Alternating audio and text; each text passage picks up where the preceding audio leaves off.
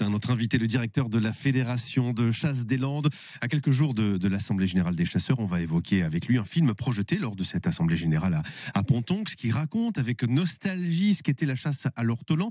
Il va être également question de la menace qui plane toujours sur la chasse à la palombe au filet. Régis Arg est votre invité. Eric Ballanger, bonjour. Bonjour Régis Arg. Bonjour. Alors j'ai regardé le teaser, la bande-annonce. On va le voir à l'image, là, pour ceux qui ont la chance de nous regarder à la télé.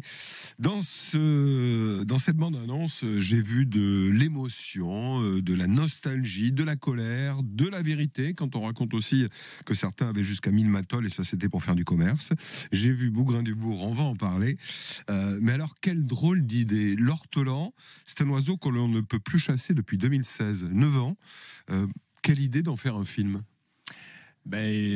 Pour nous, il y avait un devoir de mémoire. Ce film, on le voit un petit peu comme un cadeau qu'on va donner aux Hollandaises et Hollandais qui ont connu tout ce qui gravite autour de l'ortolan. Cet oiseau de 20 grammes, en fait, il a fait partie de l'identité landaise, il a fait parler beaucoup de lui, en bien, en moins bien, mais n'empêche que ça fait partie de notre identité. Vous l'avez dit, depuis 2016, c'est terminé. Il n'y a aucune volonté de notre part de remettre ça sur le tapis. Par contre, un petit peu comme ces biologistes qui regardaient une espèce disparaître, on était exactement dans la même situation où nous avons devant nous des hommes et des femmes qui sont dépositaires d'un savoir peut-être millénaire, puisqu'on a des gravures sur les filets de plusieurs siècles, mais cette matole, en fait, on ne sait pas véritablement de quand date-t-elle. Ouais. Donc c'est absolument interdit de laisser disparaître ça de notre patrimoine culturel. Alors, c'est sûr que quand on n'est pas chasseur, on ne se rend pas compte. Dans cette bande-annonce, j'ai entendu deux phrases qui sont quand même très étonnantes. Un homme qui dit « ils m'ont tout pris ». Et un autre qui va dire c'était pire que la Gestapo. Enfin, est-ce que vous comprenez qu'on puisse ne pas comprendre ? Et expliquez-nous. Effectivement, on est dans un monde peut-être un petit peu d'initiés, et c'est pour ça que ce film, je pense qu'il va parler Hollandaises et Hollandais, mais même au-delà, parce que il raconte une histoire humaine. On n'a pas du tout voulu baser justement sur l'oiseau, mais plutôt sur les hommes et les femmes. Et oui, c'est vrai qu'on parle ici de culture minoritaire. On est vraiment sur quelque chose qui était minoritaire, mais qui existait.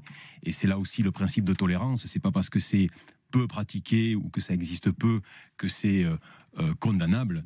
Et on avait des hommes et des femmes où effectivement c'était leur vie. Et là, j'insiste là-dessus parce que c'était leur vie. Ouais, il y a eu beaucoup d'émotions dans ce film, et la pratique de la matole, c'était leur vie. Et on a quelque part, comme Michel et Claudette le disaient, on a pris leur vie. Et oui, c'est ça. Dans ce film, il y a évidemment cet épisode, vous ne pouviez pas en faire l'économie, de l'homme à la pelle, celui qui fait face à Alain Bougrain-Dubourg lors de l'une des nombreuses descentes de Bougrain-Dubourg dans notre département contre les matoles. L'homme à la pelle, c'est cet homme qui sort de chez lui en slip à la pelle et qui fait face à Bougrain-Dubourg, et dont la photo a fait le tour du monde. Hein ? Ouais, tout à fait. Il y a une séquence dans le film où on a notre ethnologue Léa Filiou qui explique de façon extrêmement scientifique justement cette scène où on a là on est sur un buzz médiatique qui était facile à construire, qui a fait beaucoup de mal localement, qui a fait énormément de mal à la personne en question. Bien sûr. Mais même localement, ça a fait beaucoup de mal. Et voilà, ça fait partie du traumatisme en réalité, où je le répète, on est venu faire beaucoup plus qu'écraser des matoles. On est venu piétiner une identité, et c'est ça on a trouvé juste de remettre ça en perspective, de façon, encore une fois, complètement neutre, pour que l'on puisse garder une trace humaine de ce qui s'est passé ici, chez nous.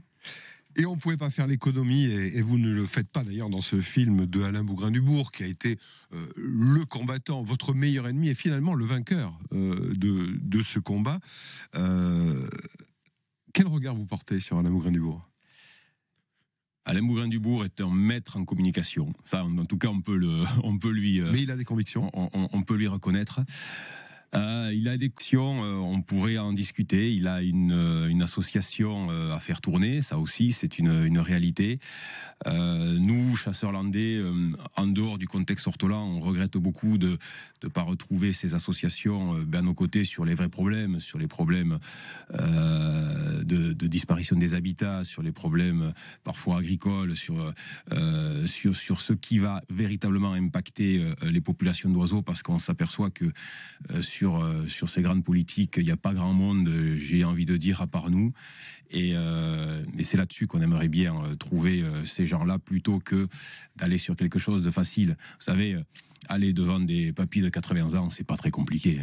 Quand il est venu là, à votre place, il y a un mois, 2 mois, j'ai du sang landais, moi-même j'ai été chasseur. Alors quand je vous ai rappelé cet épisode hier, vous m'avez dit c'est un numéro de claquette, ça. Mais bien sûr, il faut surtout pas tomber sous la matole, si je puis l'exprimer ainsi.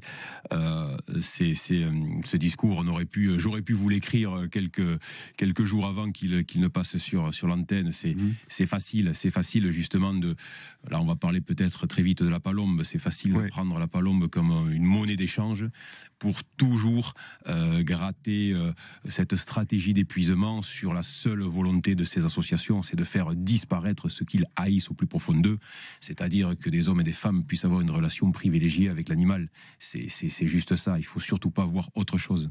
Il nous reste une toute petite minute justement pour parler de la chasse à la palombe au filet. Donc en effet, c'est la Commission européenne qui a saisi la Cour de justice, c'est ça, et il y a une vraie menace sur cette chasse, véritable. Il y a une vraie menace. Alors, précision technique, elle a annoncé avoir saisi la Cour de justice. Pour l'instant, nous ne disposons pas de la saisine. Mais effectivement, si la saisine arrive, eh bien, la Cour de justice de l'Union européenne va se prononcer sur une pratique qui pourtant répond à tous les critères juridiques de cette fameuse directive oiseaux. Mais oui, il y a un risque. L'ortolan, la palombe. Est-ce que chasseur, aujourd'hui, c'est pas une espérance de vie assez limitée en 2025 ? C'est un défi sociologique. C'est un défi sociologique parce qu'aujourd'hui, on s'aperçoit qu'effectivement, le chasseur... on n'a jamais autant parlé aujourd'hui de nature, d'animaux, etc. Et pourtant, on se rend compte que la société n'a jamais été aussi éloignée de cette même nature. Et le chasseur, il est là un petit peu en résistance, où il fait le lien entre ces deux mondes. Donc, on a les derniers sondages d'opinion qui relancent un petit peu l'image positive des chasseurs. Et nous, on croit beaucoup que le chasseur, en tant qu'homme et exploitant de cette nature, a toute sa place dans notre environnement et notamment pour la sensibilisation à l'environnement. Oui, et puis si vous n'avez rien à faire, le week-end prochain, si vous pouviez venir éliminer 2-3 sangliers qui sont de massacrement de terrain. Merci Régis Sargues, merci d'avoir accepté notre invitation. Merci, et à samedi, donc 12 avril, pour l'Assemblée Générale de la Fédération des chasseurs, à partir de 9h, et ouvert à tous les chasseurs. Merci, bonne journée. Merci. D'avoir été avec nous, 8h21.